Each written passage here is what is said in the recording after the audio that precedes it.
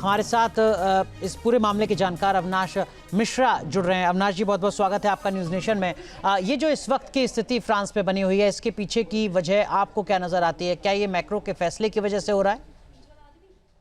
जी देखिए, बहुत बहुत धन्यवाद। पहले जी मैक्रो का देखिए, अगर आप पीछे देखेंगे उनका इतिहास, तो वो देश में बहुत रिफॉर्म्स लाना चाहते हैं और फ्रांस में जिस तरह से लोग काम करते हैं उसमें रिफॉर्म्स की ज़रूरत है भी। उन्होंने लगातार कोशिश की है रिफॉर्म्स लाने की, देश को और पुख्ता बनाने की, देश को और जो है इन्वेस्टर फ्रेंडली बनाने की।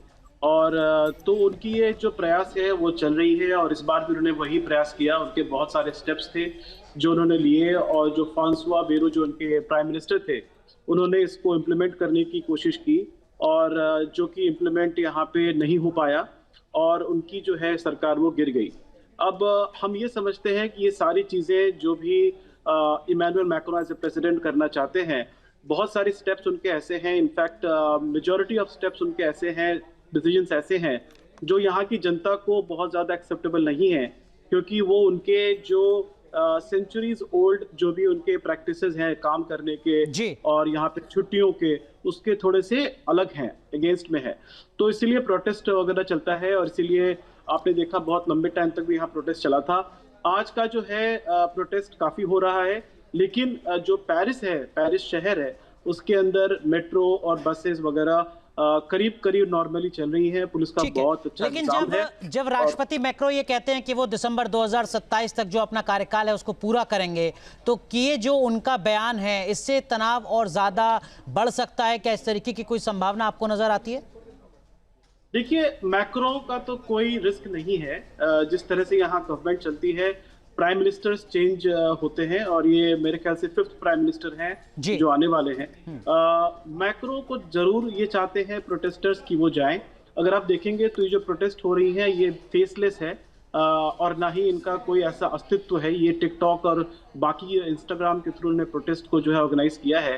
तो फेसलेस प्रोटेस्ट जब होता है तो उसमें basically there is no leader जो कि आके बोले कि मैं मैक्रो को रिप्लेस करना चाहता हूँ या चाहती हूँ। ये एक प्रोटेस्ट है जिसको ये लोग पीएम जो जा रहा है और नया पीएम जो आएगा उसका एक बैकग्राउंड सेट कर रहे हैं कि अगर नया पीएम ने भी ये सारी स्टेप्स को कैरी ऑन की तो हम फिर से ऐसा चालू करेंगे। अविनाश जी, अगर आप दर्शकों को थोड़ा सरल शब्दों में समझा सकें कि आखिर क्या वजह है कि फ्रांस में एक साल में 4 बार प्रधानमंत्री अपना जो कॉन्फिडेंस है उसको नहीं हासिल कर पा रहे हैं, बार बार चेहरे बदल रहे हैं? देखिए, इनका मैक्रो ने जब इलेक्शंस बुलाया था प्राइम मिनिस्टर के लिए और तो उस टाइम पे इनको मेजोरिटी नहीं मिली थी। ये मिली-जुली सरकार है और इससे क्या होता है कि कई सारी पार्टियां ने मिलके यहाँ पे सरकार बनाई है और इसमें क्या होता है, एक किसी का डिसीजन जो है वो नहीं हो पाता है।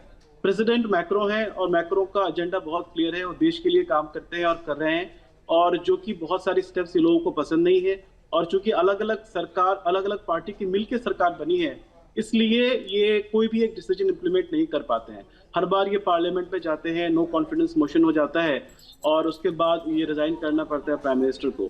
सो because of lack of majority और मिलीजुली सरकार की वजह से ये सारी प्रॉब्लम्स जो है फ्रांस में अभी आ रही हैं पिछले इलेक्शंस के बाद। ठीक है, लेकिन क्या ये जो प्रोटेस्ट है ये सिंबॉलिक है? आपको न लगता है कि आज होगा, कल होगा या अगले कुछ दिन तक इस तरीके से रहेगा और उसके बाद ये खत्म हो जाएगा, या आने वाले वक्त में वाकई में एक बड़ी लार्जर पिक्चर देखने को मिल सकती है? देखिए, जिस तरह से हम जानते हैं मैक्रोन 2027 तक रहेंगे और उन्होंने तो अपने डिसीजंस को चेंज नहीं करने हैं। वो डिसीजन चेंज करने वाले नहीं है, वो इम्प्लीमेंट करने की कोशिश करेंगे रिफॉर्म्स।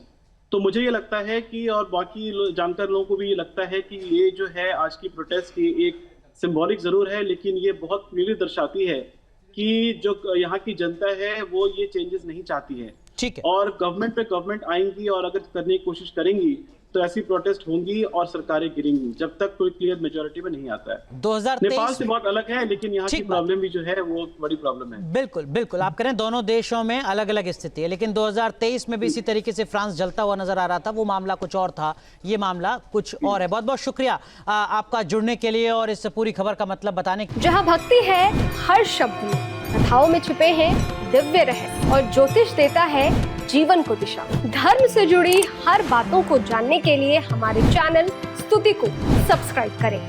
चैनल पर जाने के लिए इस लिंक पर क्लिक करें।